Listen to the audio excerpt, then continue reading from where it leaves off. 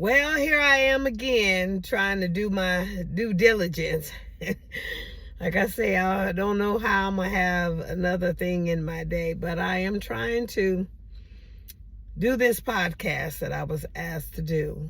I am sitting in the parking lot of my daughter's school.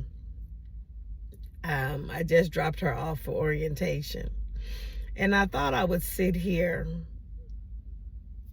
and do a message.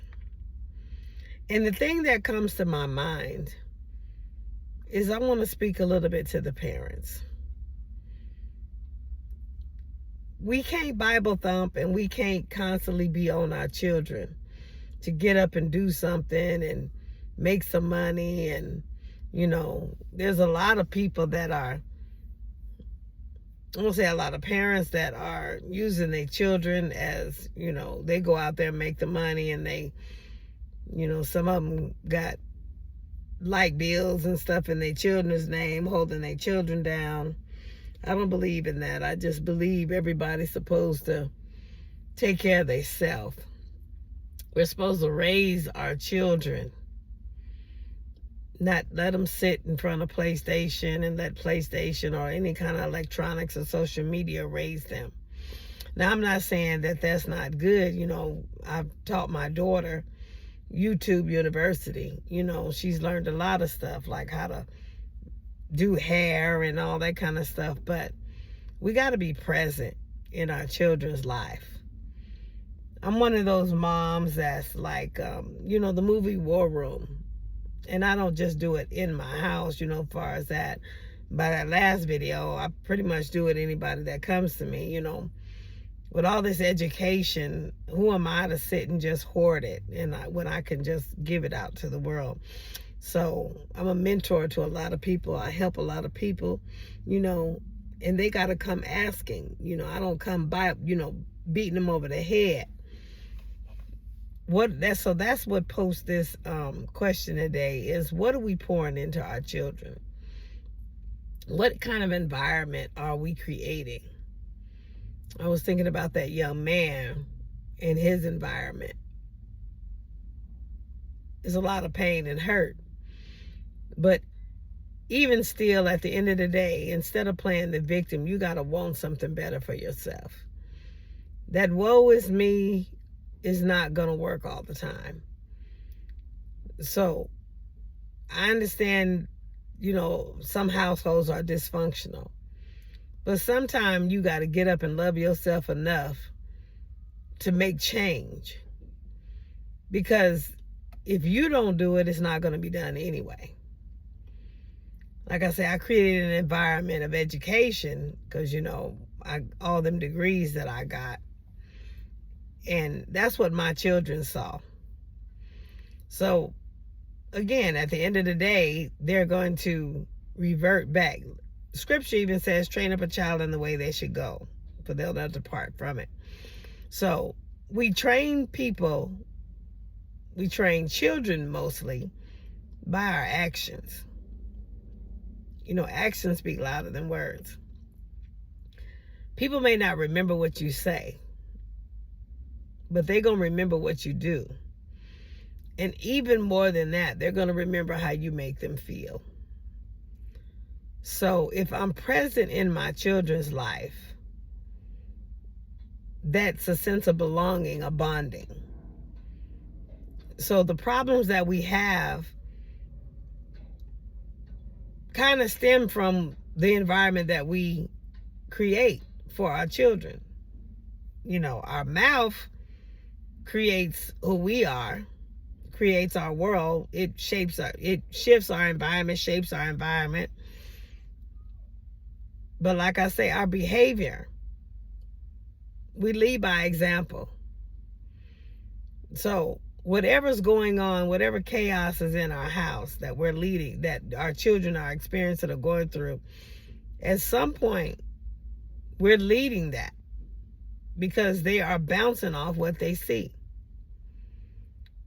So in order to bless or to change the mindset of our children, we need to do something different. We need to exemplify a behavior in front of them that they can look at. You know, people learn differently. Some people learn by listening, to a book. Some people learn by reading a book. Some people learn by listening to information as they apply it, the on-the-job training type of thing. But when we are able to show them and they can experience it, it impacts different. So while we complaining about the hell that's going on in our house, we need to take a step back and take an inventory of how we are contributing to that hell.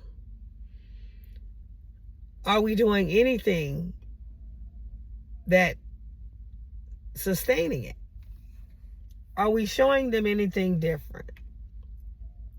Because like I said, a lot of people may not even listen to what we say. But when you look around, you'll notice that children are listening to what you do because they begin to mimic you. The things that we think that they're not listening to, as life goes on, we realize that they were listening.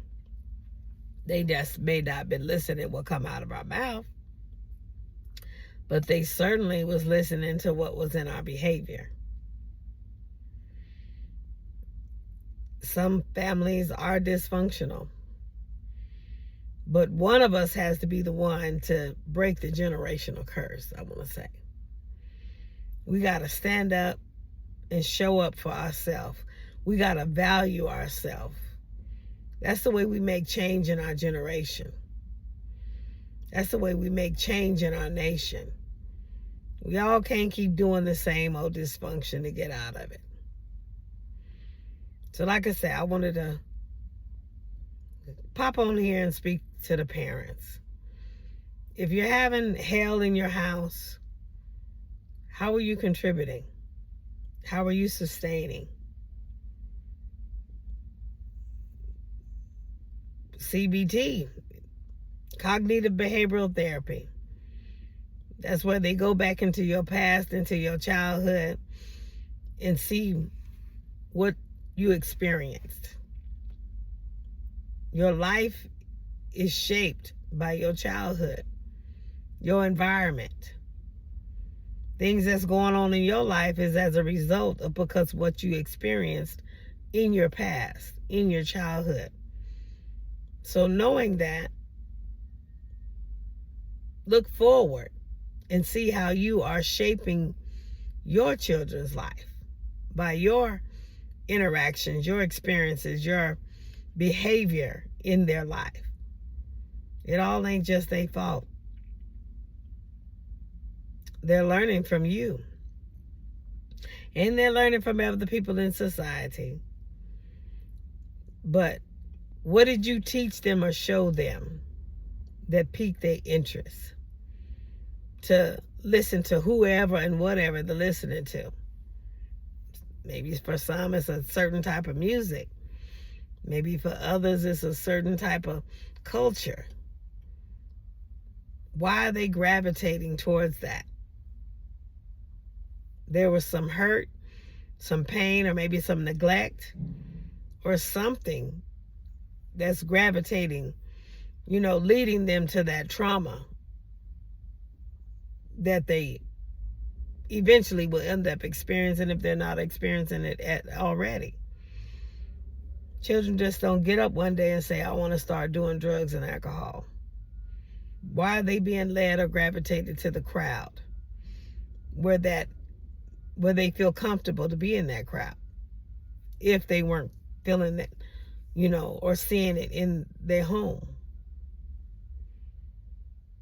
Look at how we are sustaining what's going on in our children's life, and then try to make a conscious decision to do something different and change that individual's life by changing our behavior.